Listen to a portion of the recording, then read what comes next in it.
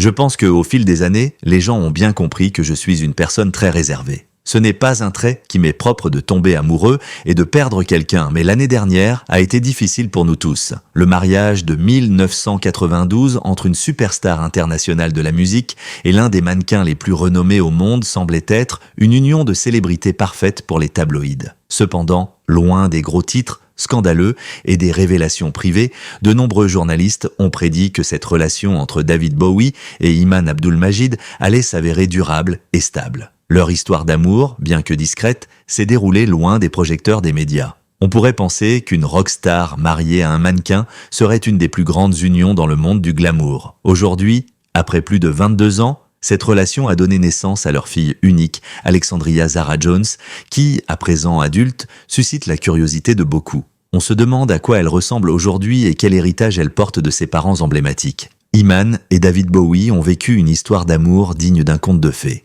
Leur rencontre fut un coup de foudre, et dès le départ, il était clair que leur connexion était unique. David Bowie, une légende de la musique comptée parmi les plus grands artistes de tous les temps selon Rolling Stone, a connu une vie personnelle complexe avant de rencontrer Iman. En 1990, ils croisent la route du célèbre mannequin somalien et c'est leur coiffeur et ami commun Teddy Antolin qui a joué le rôle d'entremetteur. Avant de rencontrer Iman, David menait une existence de plus en plus solitaire malgré sa renommée mondiale. Teddy, ami proche de Bowie, se souvient du moment où tout a commencé. C'était lors d'une soirée à Los Angeles en 1990. Au départ, Iman était hésitante à lui parler, mais après avoir échangé quelques mots, la magie opéra. Teddy, voyant leur alchimie naissante, organisa un dîner d'anniversaire à Los Angeles, convainquant David de quitter New York et Iman de venir sans se douter de rien. Bowie arriva dans une Mustang blanche, vêtue de blanc, tandis qu'Iman fit une entrée remarquée dans une Mercedes noire, habillée de cuir noir. Leur rencontre fut instantanée et électrique. Dès leur premier regard, il était évident qu'il y avait quelque chose de spécial entre eux. Ils ont passé la nuit à discuter comme s'ils se connaissaient depuis toujours. David Bowie a souvent parlé de cette rencontre comme étant un coup de foudre immédiat. Dans une interview pour le magazine Hello en 2000, il a révélé « Mon attirance pour elle était immédiate et totale. Je ne pouvais pas dormir d'excitation après notre premier rendez-vous. L'idée qu'elle devienne ma femme était une évidence pour moi. Je n'avais jamais poursuivi quelque chose avec autant de passion dans ma vie. » Iman est devenue bien plus que la femme de Bowie. Elle est également devenue la mère de leur fille, Alexandria Zara Jones, née en 2000. Pour Iman, la naissance de leur fille fut l'un des moments les plus heureux de sa vie, rapprochant encore plus le couple. Il y a une joie et un contentement que nous ressentons tous les deux, presque palpable, a-t-elle confié. Malgré une vie à l'abri des regards, Alexandria attire aujourd'hui l'attention. Beaucoup se demandent si elle poursuivra l'héritage de ses parents légendaires. L'histoire d'amour entre David Bowie et Iman est aujourd'hui considérée comme l'une des plus romantiques dans l'univers des célébrités, marquée par une complicité instantanée et une proposition de mariage inoubliable qui s'est déroulée quelques mois seulement après leur rencontre.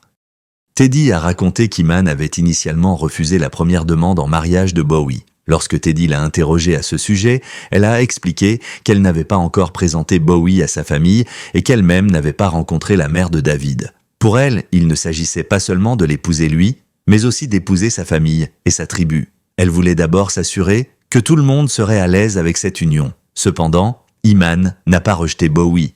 Elle ne voulait simplement pas dire oui tant que leurs familles respectives ne s'étaient pas rencontrées. David Bowie a réitéré sa demande et cette fois-ci, Iman a accepté. Il l'a emmenée en mer Adriatique sur son yacht et lui a fait une demande romantique en plein cœur de l'océan. Pour marquer cette occasion, il lui a offert une magnifique bague ornée d'un saphir étoilé de 15 carats entouré de diamants. Plus tard, il lui offrit également une bague en diamant jaune canari d'environ 14 carats, tout aussi impressionnante.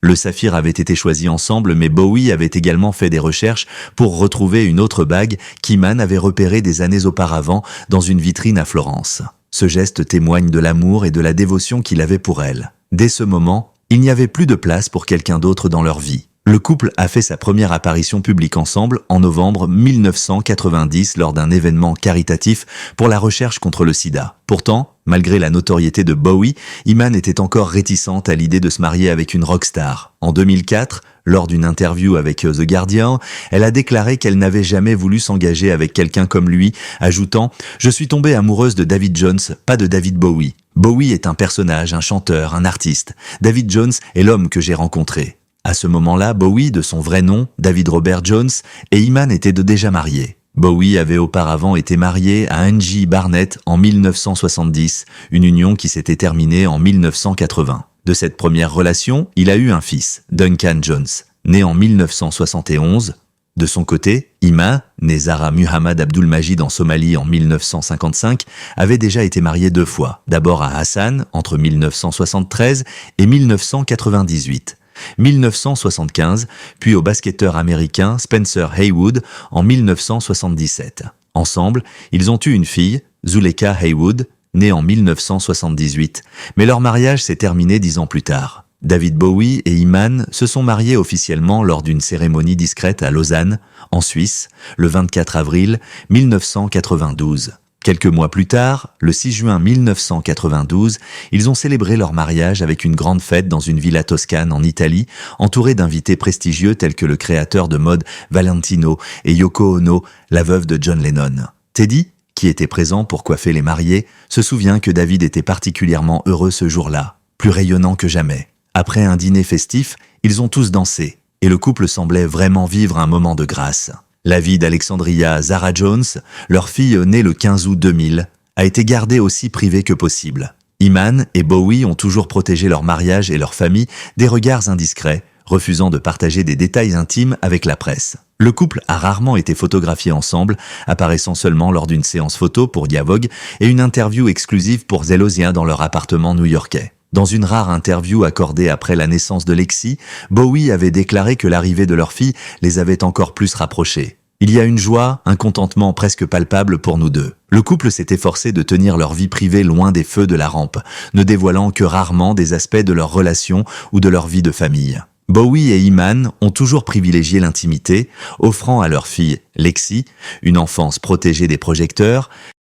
David Bowie a confié au magazine Hello que leur vie avait été enrichie au-delà de toute croyance. Bien qu'Alexandria, surnommée Lexi, soit le seul enfant issu du mariage entre Iman et Bowie, ils avaient tous deux des enfants de précédentes unions. Duncan Jones, le demi-frère de Lexi, est le fils de Bowie de son premier mariage avec Angie Bowie. Sa demi-sœur, Zuleka Haywood, est née du mariage d'Iman avec le basketteur Spencer Haywood. En parlant de la parentalité, Iman a un jour décrit Bowie comme un père mesuré mais à la fois amusant et détendu avec Lexi. Elle-même se qualifiait de plus stricte. Le couple s'accordait sur l'importance de préserver leur vie de famille des regards extérieurs. Lors d'une interview avec The Guardian en 2014, Iman a expliqué leur capacité à garder un profil bas, où qu'ils aillent. Cet été, nous sommes allés à Londres et personne ne savait que nous étions là. Chaque jour, nous faisions des activités différentes et la presse n'en a jamais eu vent. Elle trouvait absurde l'idée que les célébrités ne puissent pas être anonymes. Nous avons même fait la queue au London Eye séparément.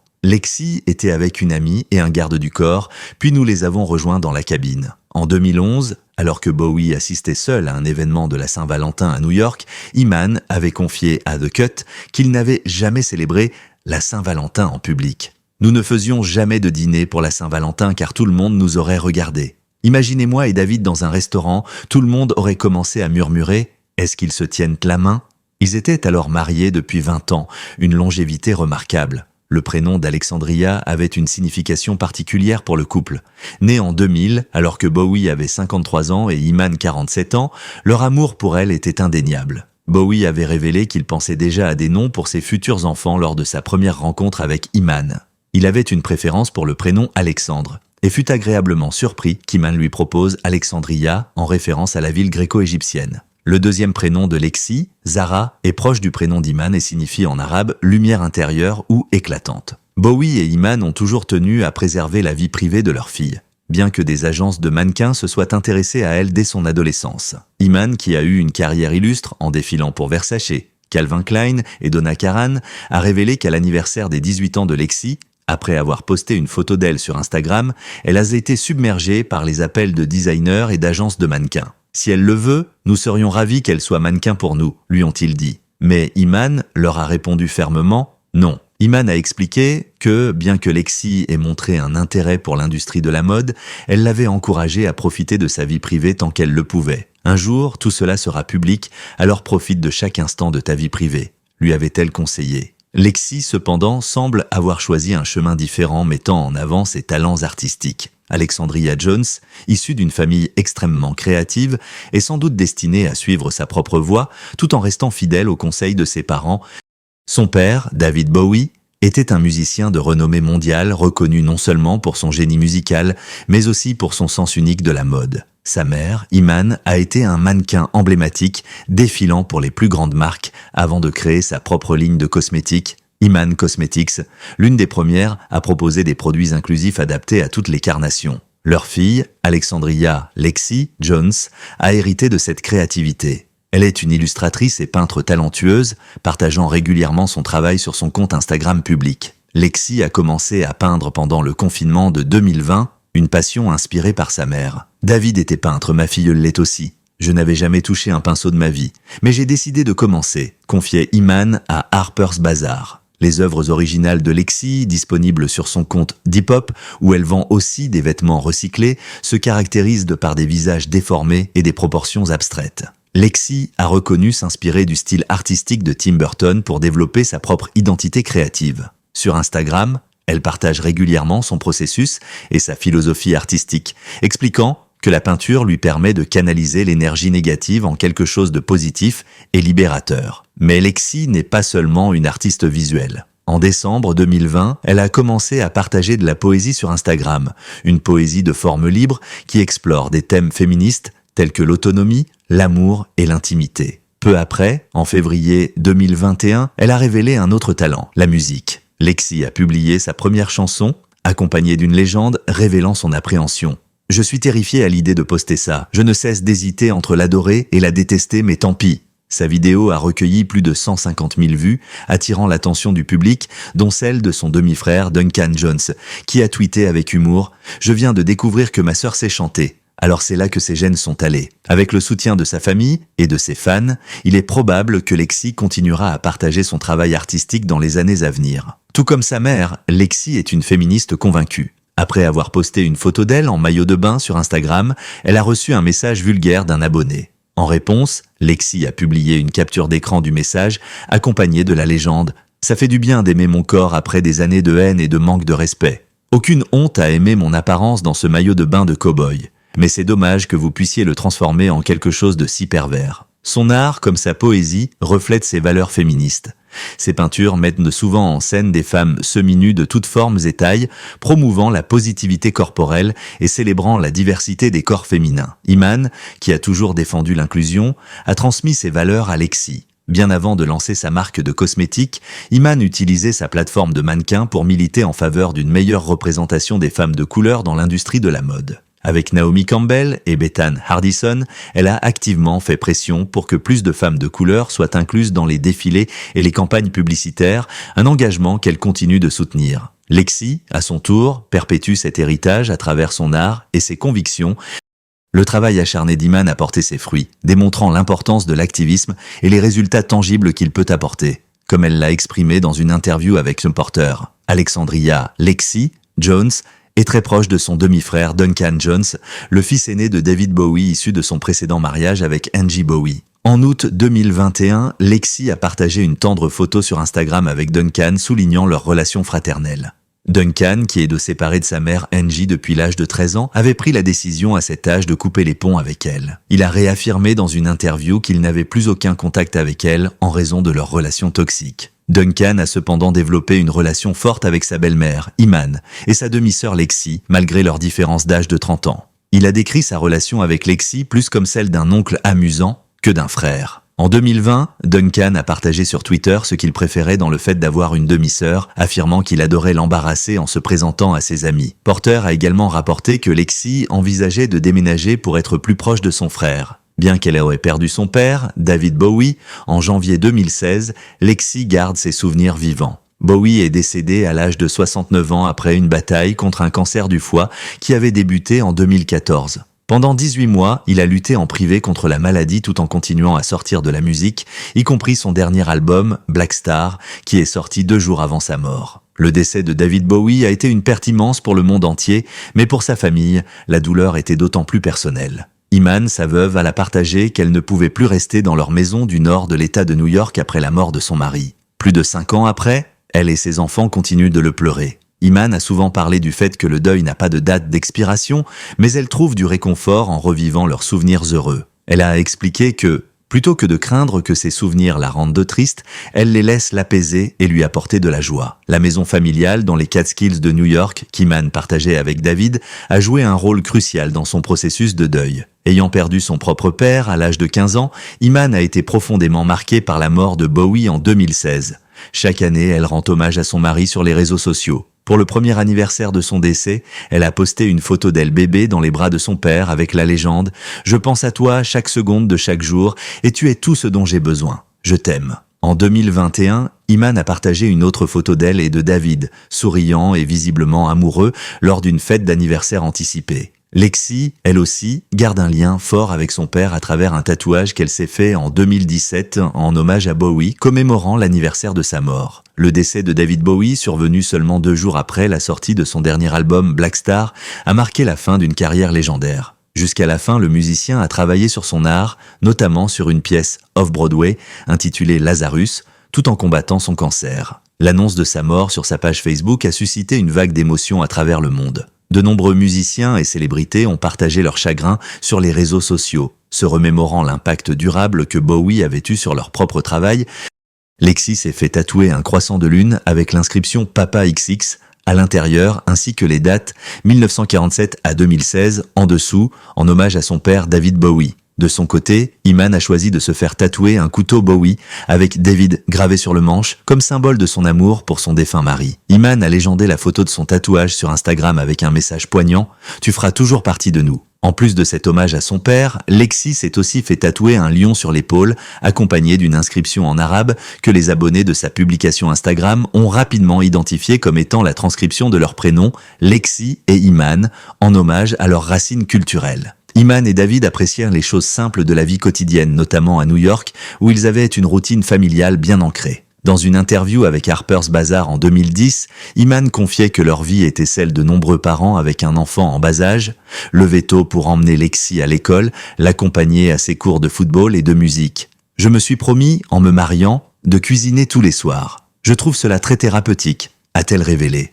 David Bowie, qui avait pris sa retraite des tournées en 2004, avait lui aussi mis sa vie de famille au premier plan. Il disait souvent que son mariage avec Iman était plus important que sa carrière et qu'il n'y avait aucun doute à ce sujet. Iman a également confié avec humour que son mari était beaucoup plus casanier qu'elle. « Je lui ai dit un jour, au moins je sors encore de temps en temps. Lui, il a tout vu, toutes les soirées, tous les événements. » Cependant, après 20 ans de mariage, elle a révélé à Harper's Bazaar qu'elle était toujours aussi captivée par lui. David ne se dispute pas. Il est anglais, donc il reste silencieux. Moi, je suis celle qui crie. Mais ensuite, il me fait toujours rire. C'est comme un cabaret. Je le garde diverti aussi. Je l'aime encore totalement, même après toutes ces années. David Bowie, né le 8 janvier 1947 à Londres, était un artiste britannique singulier, à la fois auteur, compositeur, interprète et acteur. Surtout connu pour sa capacité à se réinventer, il a marqué l'histoire de la musique dans les années 1970 avec ses changements de style constants. Qualifier Bowie de figure de transition dans l'histoire du rock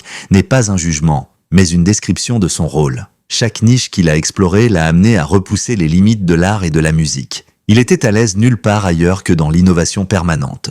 Bowie, éclectique par nature, a été influencé par des artistes comme Anthony Newley et Jacques Brel. Dans les années 1960, il a étudié le mime avec Lindsay Kemp. Après avoir dirigé plusieurs groupes, il s'est fait connaître en tant qu'artiste solo, avec son single de science-fiction Space Oddity, qui a marqué le véritable début de sa carrière. Ce titre est devenu un succès au Royaume-Uni en 1969 et a fait écho à la mission Apollo sur la Lune. Cependant, c'est seulement plus tard que Bowie est devenu une icône internationale, notamment grâce à son album The Man Who Sold the World en 1970. Ce n'est qu'en 1971 qu'il a pleinement embrassé l'idée de l'identité changeante, avec son personnage de Ziggy Stardust.